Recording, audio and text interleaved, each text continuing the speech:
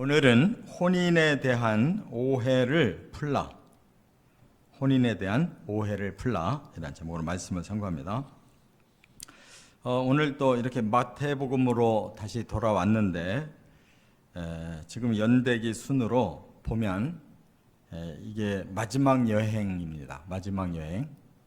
다시 말해서 예수님이 이제 유대 안에 들어오셨고 예루살렘 가까이를 지금 돌고 계시는 거예요. 그렇기 때문에 요 앞에서 나사로를 살리셨잖아요. 나사로의 집은 베단이라고 그랬어요. 예루살렘에서 오리밖에 안 떨어져 있으니까 2km예요. 여기서 2km 정도 가면 저 주염역 그 정도밖에 안 되니까 얼마든지 걸어 다닐 수 있는 거리거든요. 지금 예수님이 거기까지 오셨어요. 그리고 아직 타이밍이 남았어요. 6월절이 되려면 시간이 좀 더 있어야 돼요. 그래서 이제 그 주변을 마지막 돌면서 예루살렘 들어갈 날을 기다리고 복음 전한 거. 그게 지금 오늘 이 본문 내용부터 몇 가지 내용이 나오는 거예요.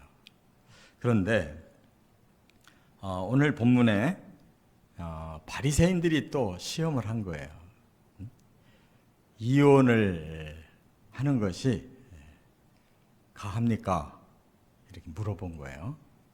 그러면 여기에는 상대적으로 일반적인 그 상식은 이혼하지 말라는 것이 하나님 뜻이다라는 걸 알고 있는 거예요. 그런데 바리새인들은 이혼해도 좋다라고 하는 구절이 있어요. 그게 신명기 24장의 1절부터 4절 내용이거든요. 모세가 이스라엘 백성들 이제 가나안 들어가기 직전에 그 모압 광야에다가 앉혀놓고 쭉 설교를 하잖아요. 3차례.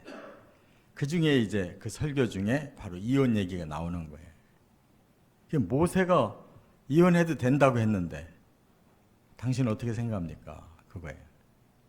그러니까 참으로 이렇게 대답하든 저렇게 대답하든 올무에 걸리는 거예요. 그리고 이 상황이 상당히 정치적인 문제가 있어요. 왜냐? 이 헤롯 안티파스라고 하는 사람이 지금 이 왕으로 있어요. 분봉 왕으로 있는데 그가 불법 결혼을 해서 세례 요한에게 지적을 받았어요. 그래서 안티파스가 기분이 나빠가지고 세례 요한을 감옥에다가 집어넣거든요. 그런데 그 재혼한 그 여자가 앙심 품고 세례 요한을 아주 죽이려고 작정하고 그 딸을 이제 춤을 추게 했는데 이 안티파스가 너무 그냥 좋아가지고 나라의 절반이라도 떼주겠다 하라고 소원을 말하라고 할 때 엄마에게 쪼르르 달려가서 뭐라고 말할까요? 이 헤로디아가 세례 요한의 목을 달라고 해라. 그 바람에 안티파스가 많은 사람들 앞에서 잔치하다가 얼떨결에 그런 말을 했는데 주워 담을 수가 없는 거예요. 왕이기 때문에. 그래가지고 마음은 쫄리고 괴로우면서도 할 수 없이 세례 요한을 목을 잘라요. 참수형을 해버려요. 그 다음부터 이 사람이 이 세례 요한의 환영에 시달리는 거예요. 그건 뭐냐면 예수님이 다니시면서 말씀과 이적을 일으키시는 그 내용이 소문으로 들리는데 그걸 세례 요한으로 자꾸 착각하는 거예요. 그러니까 죄를 진 사람은 스스로 자기 스스로 죄의식을 느끼잖아요. 이러한 정치적인 상황도 지금 밑에 깔려 있는 거예요. 그러니까 바리새인들이 예수님을 시험할 때 이런 것을 엮으려고 하는 겁니다. 그런데 예수님은 그런 거 저런 거 따지지 않고 순수한 원리를 가지고 이 혼인에 대한 오해를 풀으라 하는 것이에요. 이 뒤에 이제 또 보면은 어린 아이에 대한 문제를 가지고도 예수님이 오해를 풀어주시고, 또 한 사람이 제가 무슨 선한 일을 해야 영생을 얻겠습니까 할 때 그 오해도 풀어주셔요. 그러니까 사람들이 뭔가는 아는데 정확하게 알질 못해요. 그것을 예수님은 아주 성경의 그 원리를 다 끄집어내서 정확하게 가르쳐 주시는 거예요. 과연 이 혼인의 문제, 결혼했다, 이혼했다 하는 이 문제 어떻게 해야 되느냐? 원리를 세 가지로 말씀하셨다 그 말이에요. 첫째, 3절부터 6절까지 창조의 원리. 예수님은 이 혼인은 하나님이 만들어 놓으신 그 원리라는 거예요. 하나님 만드신 원리다. 거기에 순응하면 된다. 그러면서 사람을 지으시니가 본래 그들을 남자와 여자로 지으시고 이렇게 했어요. 그러니까 이 땅에서 혼인은 반드시 있어야 된다는 거예요. 성이 다른 남자와 여자를 지어 놓으신 이유가 뭐냐? 그 다른 성이 하나가 돼서 자손들을 이어서 이 지구에 꽉 차게 만들어 놓으라는 게 하나님 뜻이에요. 그렇기 때문에 혼인이 원칙인데, 그 다음에 그 혼인을 위한 하나님의 방법이 나와요. 혼인의 삶을 어떻게 살아야 되느냐. 여기 보니까 창세기 2장 24절을 이제 예수님 인용했는데, 사람이 그 부모를 떠나서 아내에게 합하여 그 둘이 한 몸이 될지니라.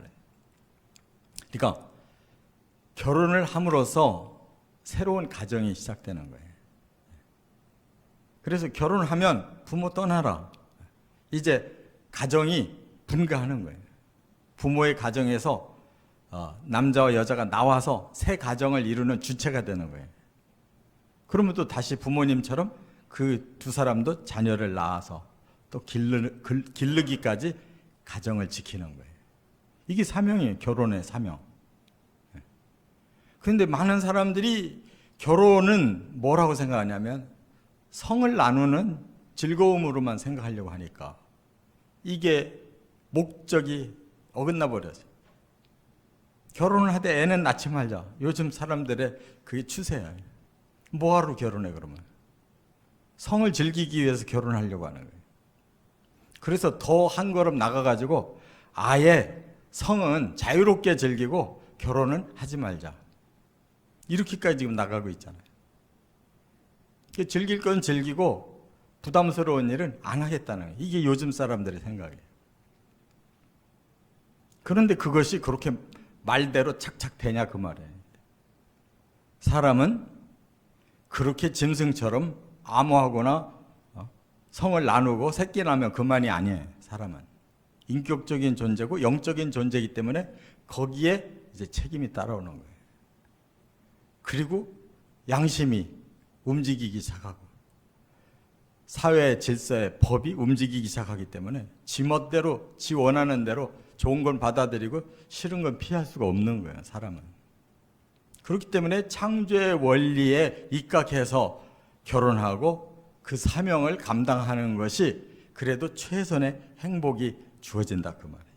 그래서 그런즉 이제 둘이 아니요 한 몸이니, 그 다음에 예수님이 하신 말씀이 하나님이 짝지어 주신 거 사람이 나누지 못한다.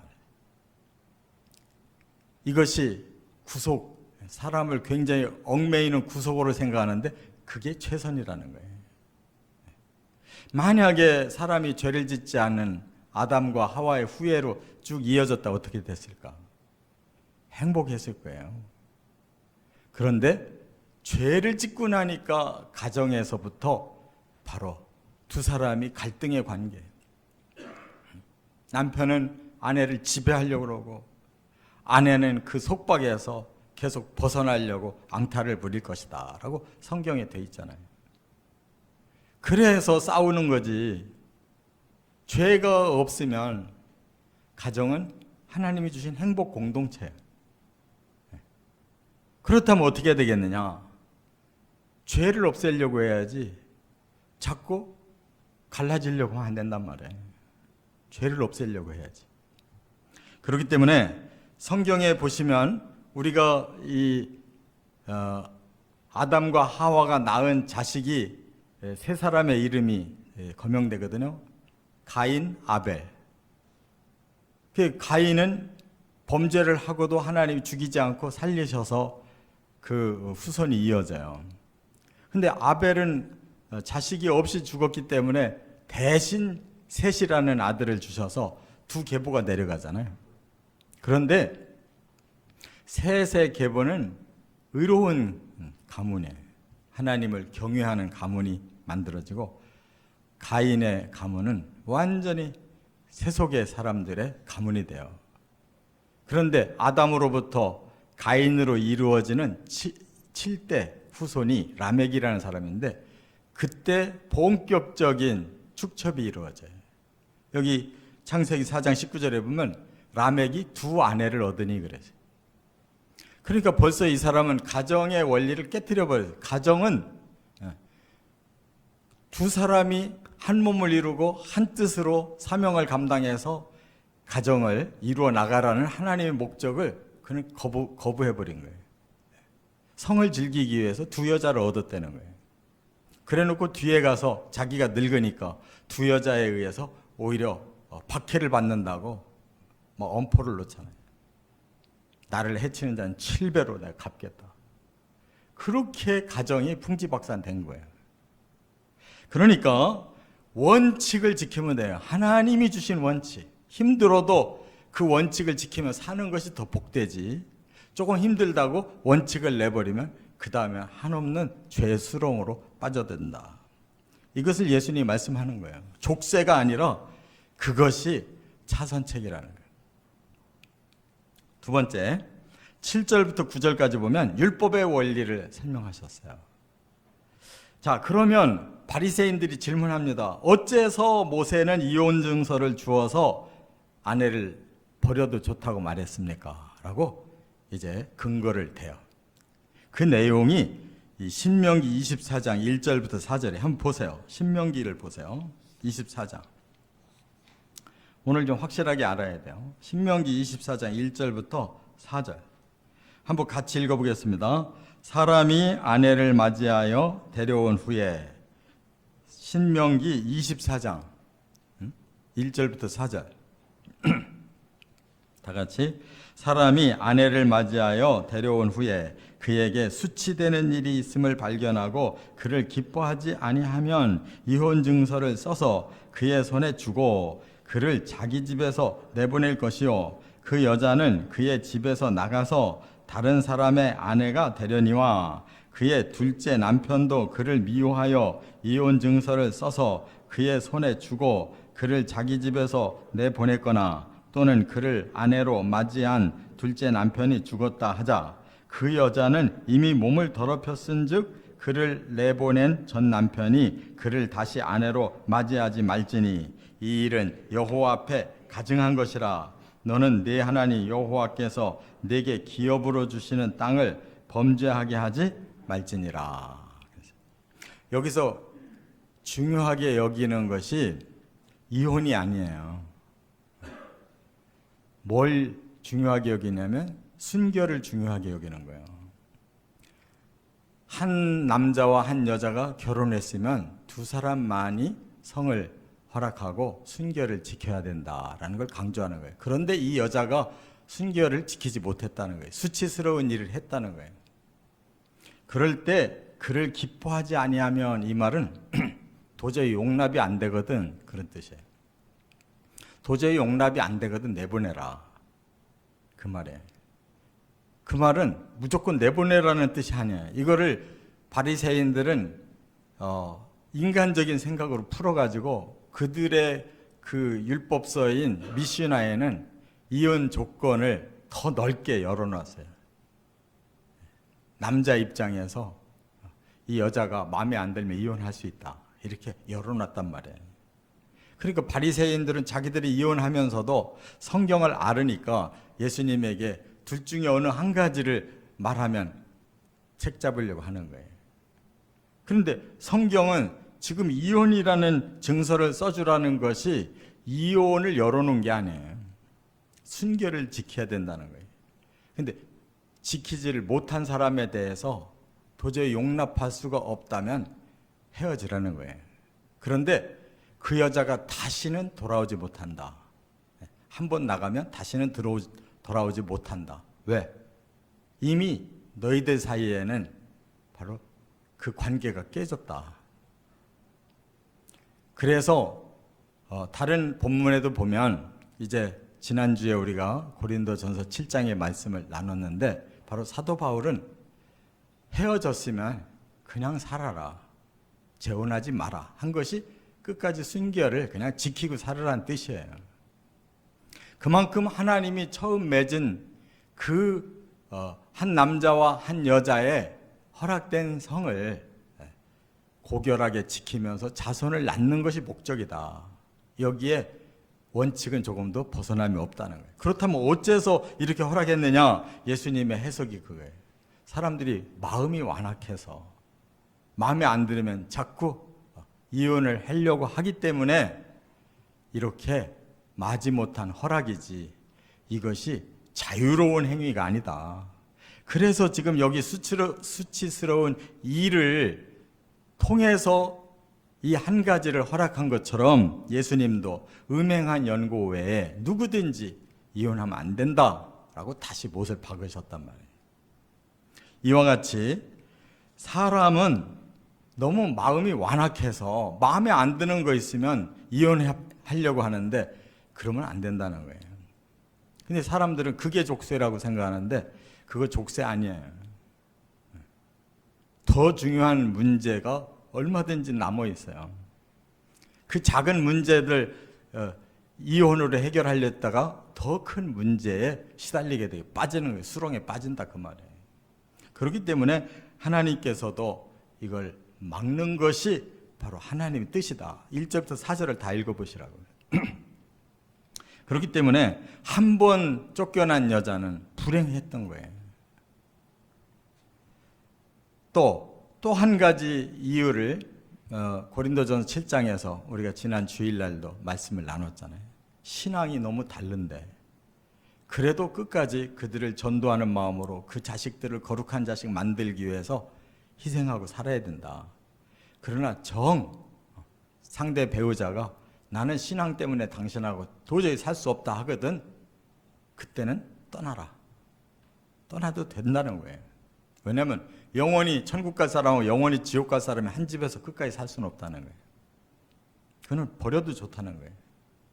왜냐하면 결혼은 이 땅에서의 문제고 바로 천국은 영원한 문제이기 때문에 도저히 함께 천국과 지옥을 영원히 함께 갈 수는 없으니까.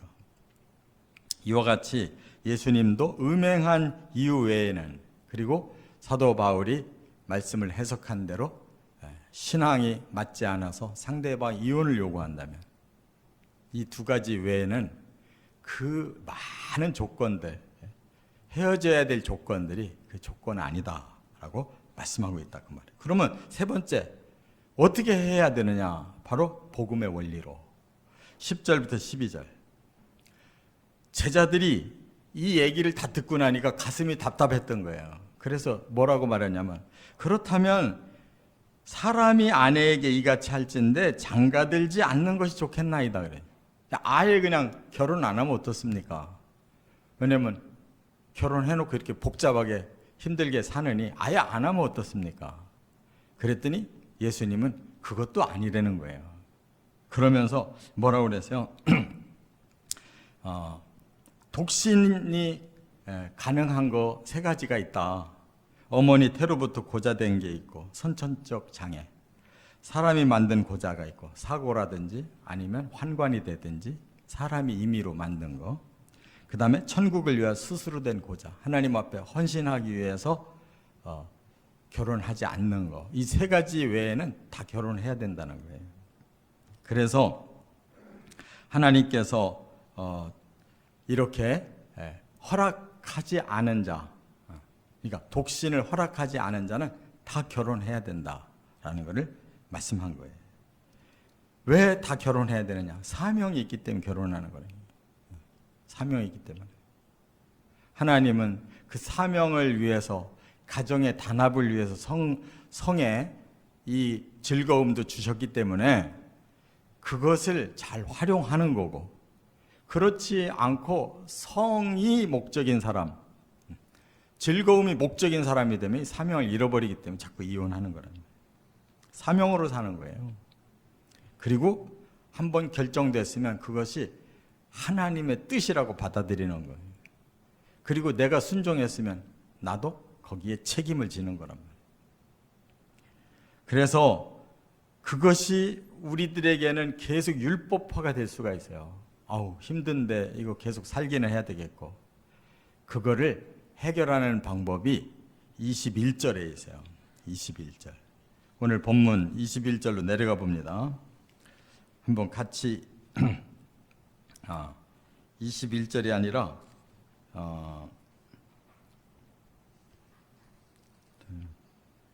어디야?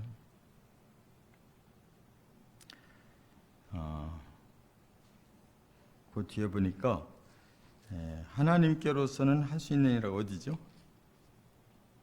몇 절에?